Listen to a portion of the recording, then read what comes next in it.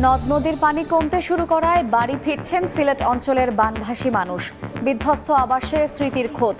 সুনামগঞ্জেও বেরিয়ে আসছে ক্ষতচিহ্ন, মাথা গোঁজার ঠাঁই নিয়ে অনিশ্চয়।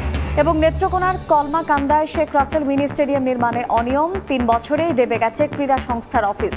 চাওয়া হয়েছে নতুন প্রকল্প, জানালেন সংসদ সদস্য।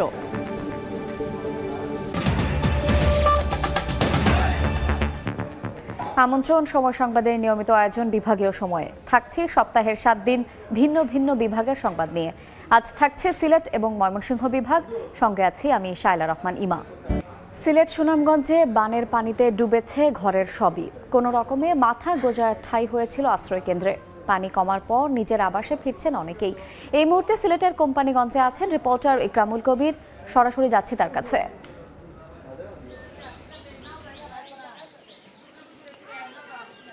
আমি এই মুহূর্তে আছি সিলেটের কোম্পানিগঞ্জ উপজেলার শিমুলতলা আশ্রয়ন প্রকল্পের গুচ্ছ গ্রামে। এই গ্রামের 210 জন পরিবার রয়েছে এবং প্রত্যেকটি বাড়ি এই গত কয়েকদিন পর্যন্ত ঈদের আগের দিন রাতের বৃষ্টির পর একেবারে বলা যায় ছাদ পর্যন্ত বা চাল পর্যন্ত পানি ছিল। এখন ধীরে ধীরে পানি নেমে গেছে, কিন্তু তার ক্ষতগুলো বের হয়ে গেছে। আর দেখাতে চাচ্ছি যে এই বাড়ির যে অবস্থা, এই ঘরটির পুরো টিনের নিচ থেকে মাটি সরে গেছে। মাটি সরে যাওয়ার পরে ক্ষত বেড়ে গেছে এবং এই পরিবারের প্রত্যেকটি কক্ষ এইভাবে বিধ্বস্ত হয়ে গেছে। শুধুমাত্র এই ঘর নয়, এই গুচ্ছ গ্রামের যে 210টি পরিবার, 210টি ঘর আছে, প্রত্যেকটি ঘরই এই বিধ্বস্ত অবস্থায় হয়ে গেছে। এখন গবাদি পশু মানুষজন একসাথে বসবাস করছে। আমি একটি ঘরের ভিতরে দেখাতে চাচ্ছি যে এই ঘরটির পুরো ছাদ পরিমাণ পানি ছিল এবং এখানে মানুষজন খুব কষ্টে দিন যাপন করছেন। প্রত্যেকটি বাড়ির একই অবস্থা। বলে রাখা প্রয়োজন যে কোম্পানিগঞ্জ উপজেলার 6টি ইউনিয়নের 83টি গ্রামের প্রত্যেকটি গ্রামের একই দশা এবং বাড়িতে প্রত্যেকটা পানি মাথার উপরে উঠে গিয়েছে। তাদের ঈদের দিন তাদের এই অবস্থা হয়েছিল এবং ঈদের দিন তারা বাড়িঘর ছেড়ে বিভিন্ন আশ্রয়ের সন্ধানে গিয়েছিলেন এবং তারা আজকে ফিরতে শুরু করেছে। গতকালকে কেউ ফিরেছেন, আজকে আবার অনেকে ফিরতে শুরু করেছেন। আমরা দেখেছি বিভিন্ন যে আশ্রয় কেন্দ্রগুলো রয়েছে, সেই আশ্রয় কেন্দ্রগুলো থেকে মানুষজন বাড়িঘরে ফিরতে শুরু করেছে এবং বাড়িঘরতে এসে দেখে ক্ষতবিক্ষত অবস্থা। এগুলো মেরামত করে আবার থাকার উপযোগী করার মতন যেই অবস্থা, সেই অবস্থা তাদের বিপুল অঙ্কের অর্থের প্রয়োজন পড়েছে। তারা সরকারের কাছে দাবি জানিয়েছেন তারা যেন এই বাড়িগুলো মেরামত করার জন্য পর্যাপ্ত পরিমাণে অর্থ তাদেরকে যোগান দেওয়া হয়। শুধুমাত্র এই গ্রাম নয়, এই এলাকার যে গ্রামগুলো আছে প্রত্যেকটা গ্রামের প্রত্যেকটা বাড়িরই একই অবস্থা রয়েছে। সেক্ষেত্রে সরকারি সহায়তা ছাড়া তাদের আর এগিয়ে যাওয়া বা এখান থেকে উঠে দাঁড়ানোর মতন তাদের আর কোনো সময় নেই। মোটামুটি এই ছিল গত কয়েকদিন, এক সপ্তাহ ধরে যে পানির জলাবদ্ধতা এবং উজানের ঢলের কারণে বিভিন্ন গ্রামের বাড়িঘর তছনছ হয়ে গিয়েছে এবং ক্ষতবিক্ষত হয়ে গেছে, তার সবশেষ খবর। আমরা সরাসরি ছিলাম সিলেটের কোম্পানিগঞ্জে। বিভাগীয় সময়ে আরও থাকছে ক্রেতা সংকটে ময়মনসিংহের চামড়ার বাজার। বিপাকে ব্যবসায়ীরা, মিলছে না সরকার নির্ধারিত মূল্য। ট্যানারি মালিকদের সিন্ডিকেটকে দায়ী।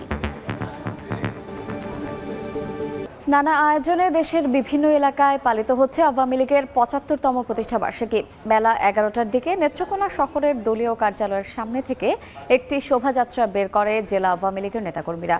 শোভাযাত্রাটি শহরের প্রধান সড়কগুলো প্রদক্ষিণ করে ছোট বাজার শহীদ মিনারে গিয়ে শেষ হয়। পরে সেখানে বাংলাদেশের ইতিহাসে বঙ্গবন্ধুর অবদান নিয়ে আলোচনা সভা হয়।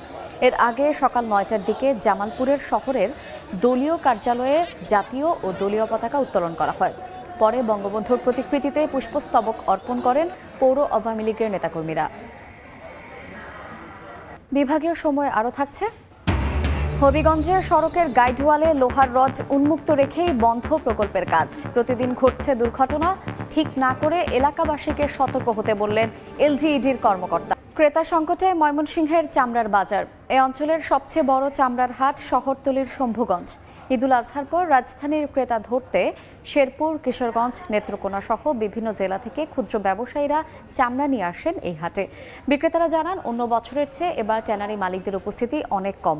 এ অবস্থায় সরকার নির্ধারিত দামেও বিক্রি হচ্ছে না লবণযুক্ত চামড়া। এতে বিপাকে পড়ছেন ব্যবসায়ীরা। এজন্য ট্যানারি মালিকদের সিন্ডিকেটকে দুষছেন তারা।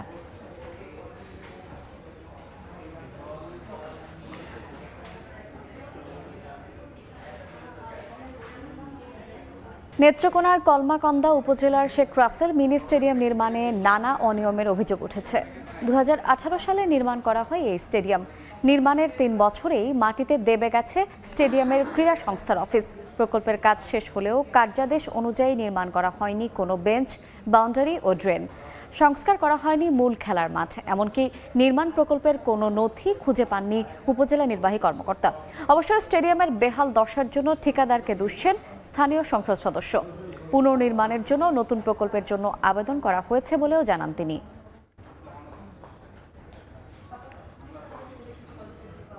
সড়কের গাইডওয়ালে লোহার রড উন্মুক্ত রেখে প্রকল্পের কাজ বন্ধ করে দিয়েছে ঠিকাদার। নির্মাণাধীন সড়কে প্রায় প্রতিদিন ঘটছে দুর্ঘটনা, আর রডের কারণে মরণ ফাঁদে পরিণত হয়েছে হবিগঞ্জের লাখাইয়ের সাতাও গ্রামের সড়ক। তবে এলাকাবাসীকে সতর্ক হয়ে চলাচলের আহ্বান এলজিইডির কর্মকর্তার। রাশেদ আহমদ খানের পাঠানো তথ্য এবং শাওন গোপের ছবি নিয়ে রিপোর্ট।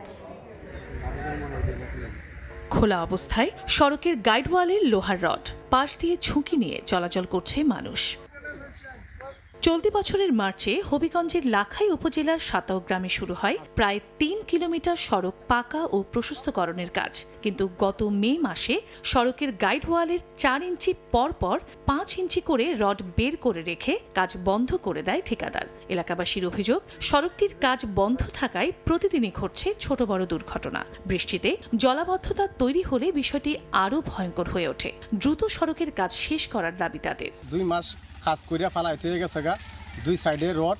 তখন তো আমরা এটাতে মুক্তি চাই। রাস্তার দুদিকেই রড উঁচু উঁচু করে আছে, যে কোনো সময় মানুষের মৃত্যু করতে পারে। এই রাস্তা হোক না হোক, আমরা এই মরণ ফাঁদ থেকে বাঁচতে চাই। তবে নির্ধারিত সময়ের মধ্যে প্রকল্পের কাজ শেষ করার আশ্বাস এলজিইডির। এ সময় এলাকাবাসীকে সতর্ক হয়ে চলাচলের আহ্বান সংশ্লিষ্ট কর্মকর্তার। আশা করা যায় নভেম্বরের 21 তারিখের মধ্যেই উন্নয়ন কাজটি সমাপ্ত হবে এবং জনসাধারণের জন্য মুক্ত করে দেওয়া সম্ভব হবে। এলজিইডির তথ্য মতে প্রকল্পের কাজ 2025 সালের মার্চে শেষ হবার কথা রয়েছে, আর ব্যয় ধরা হয়েছে প্রায় 2,80,00,000 টাকা।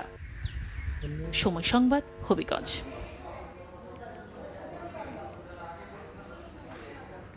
সরারদি উদ্যানে আওয়ামী লীগের প্রতিষ্ঠা বার্ষিকীর আলোচনা সভায় যোগ দিয়েছেন প্রধানমন্ত্রী এবং দলীয় সভাপতি শেখ হাসিনা। সরাসরি যাচ্ছি সেখানে। শুভ শুভ শুভ দিন, আওয়ামী লীগের জন্মদিন, শেখ হাসিনার আগমন, শুভেচ্ছা স্বাগতম। শুভ শুভ শুভ দিন, আওয়ামী লীগের জন্মদিন। ইতিমধ্যেই আমাদের মধ্যে উপস্থিত হয়েছেন আজকে সভার সভাপতি, যিনি আজকের পায়রা উত্তোলনের মধ্যে এবং জাতীয় দলীয় পতাকা উত্তোলনের মধ্যে উদ্বোধন করবেন। আমি সঙ্গীত পরিবেশনার মাধ্যমে আজকে জাতীয় পতাকা দলীয় উত্তোলন করবেন। সঙ্গীত পরিবেশন করুন, জাতীয় সঙ্গীত পরিবেশনা করুন।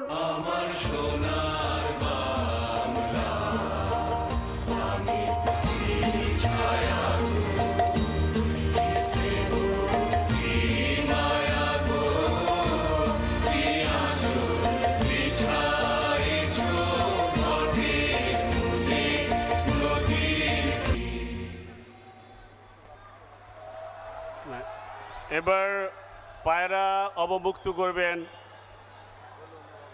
এবং বেলুন উড়িয়ে শুভ উদ্বোধন করবেন আওয়ামী লীগের সভাপতি, মাননীয় প্রধানমন্ত্রী এবং আওয়ামী লীগ সঙ্গে রয়েছেন আওয়ামী লীগ সাধারণ সম্পাদক জনাব ওবায়দুল কাদের।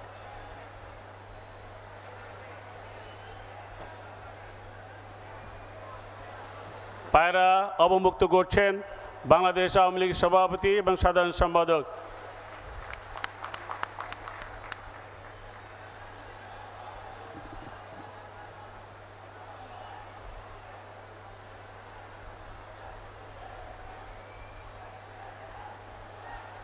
এবার বেলুন উড়িয়ে শুভ উদ্বোধন করছেন আজকের এই কর্মসূচির বাংলাদেশ আওয়ামী লীগ সভাপতি এবং সাধারণ সম্পাদক। বেলুন উড়িয়ে। Thank you, thank you. জয় বাংলা, জয় বঙ্গবন্ধু। শুভ শুভ শুভ দিন, আওয়ামী লীগের জন্মদিন। এবার মঞ্চের দিকে আমাদের এগিয়ে আসছেন বাংলাদেশ আওয়ামী লীগের সভাপতি বঙ্গবন্ধু কন্যা জননেত্রী শেখ হাসিনা। সভাস্থলে আসার সাথে সাথে আসন গ্রহণের মধ্যেই আমাদের অনুষ্ঠান শুরু করব। মাননীয় প্রধানমন্ত্রী ইতিমধ্যেই আমাদের মধ্যে উপস্থিত হয়েছেন।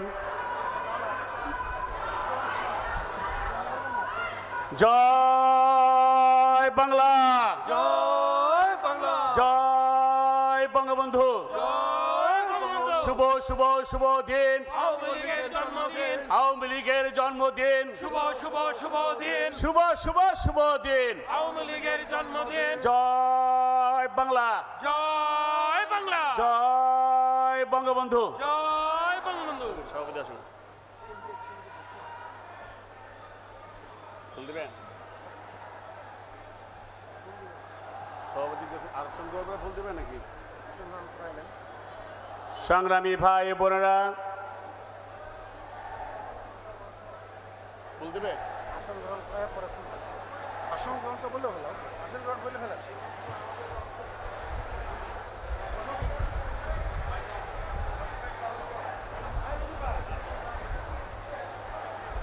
এবার আজকের এই আওয়ামী লীগের ৭৫তম প্রতিষ্ঠা বার্ষিকী উপলক্ষে বাংলাদেশ আওয়ামী লীগের পক্ষ থেকে ফুলেল শুভেচ্ছা দিচ্ছেন বঙ্গবন্ধু কন্যা জয়ন্তী শেখ হাসিনাকে অভিবাদন জানাচ্ছেন বাংলাদেশ আওয়ামী লীগের সাধারণ সম্পাদক ওবায়দুল কাদের এমপি।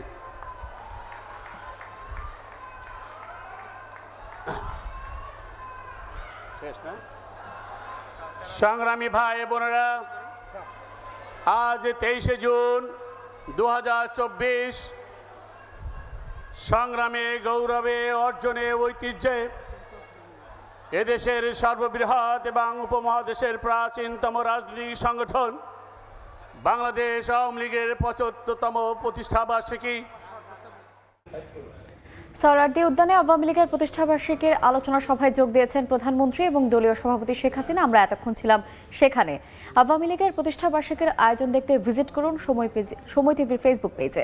বিভাগীয় সময়ের শীর্ষ সংবাদগুলো জানিয়ে দিচ্ছি আরেকবার। নদ নদীর পানি কমতে শুরু করায় বাড়ি ফিরছেন সিলেট অঞ্চলের বানভাসী মানুষ। বিধ্বস্ত আবাসে স্মৃতির খোঁজ। সুনামগঞ্জেও বেরিয়ে আসছে ক্ষতচিহ্ন, মাথা গোজার ঠাঁই নিয়ে অনিশ্চয়তা। এবং নেত্রকোনার কলমাকান্দায় শেখ রাসেল মিনি স্টেডিয়াম নির্মাণে অনিয়ম। ৩ বছরে দেবে গেছে ক্রীড়া সংস্থার অফিস। চাওয়া হয়েছে নতুন প্রকল্প, জানালেন সংসদ সদস্য। এই ছিল বিভাগীয় সময়। আগামীকাল থাকবো বরিশাল বিভাগের আয়োজন নিয়ে। এরপর আন্তর্জাতিক সময়ের সঙ্গে থাকবেন সহকর্মী রাইসা জান্নাত। ধন্যবাদ ইমা। আন্তর্জাতিক সময় নিয়ে ফিরছি কিছুক্ষণ পরে, সঙ্গেই থাকুন সময়।